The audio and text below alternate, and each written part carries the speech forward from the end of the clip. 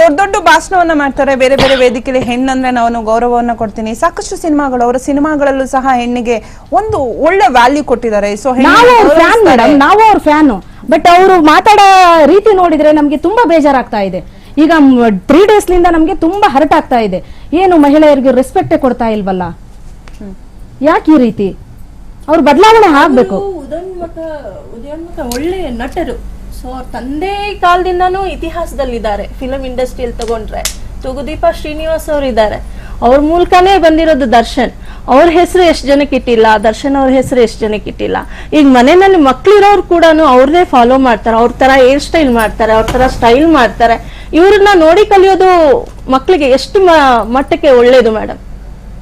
ಅಂದ್ರೆ ನೀವ್ ಹೇಳ್ತಾ ಇರೋದು ಹೌದು. ಈಗ ಮುಂದಿನ ಪೀಳಿಗೆಗೂ ಇದು ಬಹಳ ಅವಮಾನಕಾರಿ ಮೇಡಮ್. ಅವ್ರು ನಮ್ ಸ್ಟಾರ್ ಇದಾರೆ, ಅವ್ರು ಮಾತಾಡ್ಬೋದು, ನಮ್ಮನ್ನ ಯಾಕೆ ನೀವು ದಂಡಿಸ್ತೀರಾ? ನೀವು ಅವತ್ತು ಯಾಕೆ ದರ್ಶನ್ ಅವ್ರನ್ನ ದಂಡಿಸಿಲ್ಲ ಅಂದ್ರೆ ಯಾರು ಕೇಳ್ತಾರೆ ಮೇಡಮ್ ಅಲ್ವಾ?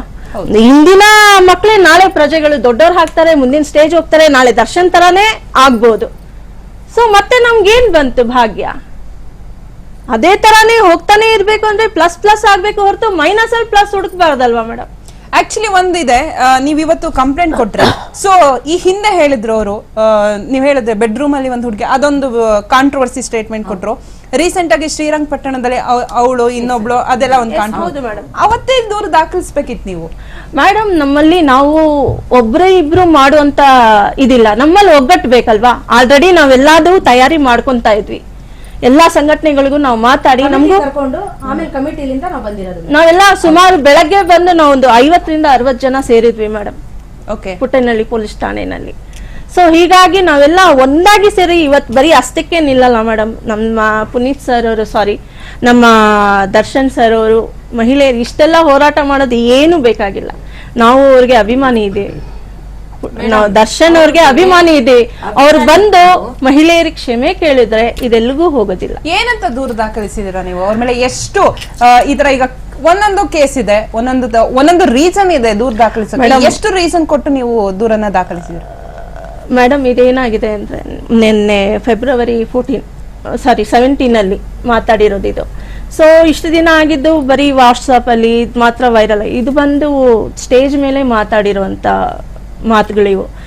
ಏನು ಅವಳು ಹೋಗು ಬಾ, ಇವತ್ತು ಬಂದು ನಾಳೆ ಹೋಗು, ಎಂತ ನನಗೆ ಕೂಡ ಬೇಜಾರಾಗತ್ತೆ. ಇದನ್ನ ನಾವು ಮತ್ತೆ ಮತ್ತೆ ರಿಪೀಟ್ ಮಾಡ್ಬೇಕಾದ್ರೆ ನನ್ನ ಮಕ್ಕನೇ ನಮಗೆ ಬೇಜಾರಾಗತ್ತೆ.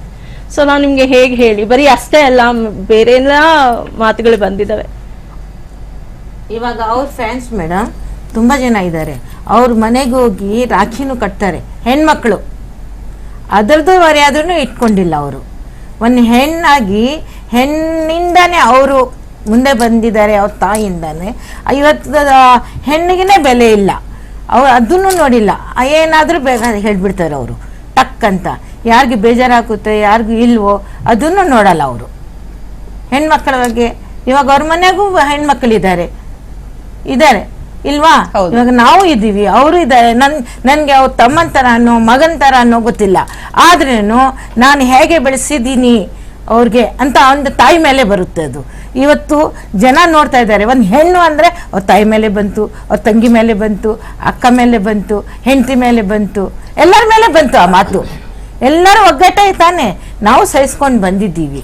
ಇವಾಗ ನಾವು ಯಾಕೆ ಹೋರಾಟ ಮಾಡ್ತಾ ಇದೀವಿ ಅಂದ್ರೆ ಇನ್ನೊಂದ್ಸರಿ ನಾವು ಹೆಣ್ಣಿಗೆ ಈ ತರ ಕೆಟ್ಟ ಮಾತು ಮಾತಾಡಬಾರ್ದು ಅಲ್ವಾ? ಅದಕ್ಕೋಸ್ಕರ ನಾವು ಹೋರಾಟ ಮಾಡಿಕೊಂಡು ಇವಾಗ ಈ ನಿರ್ಧಾರಕ್ಕೆ ಬಂದಿದ್ದೀವಿ. ಅದೇ ಹೆಣ್ಣಿಗೆ ಓಕೆ. ಇನ್ನೊಂದು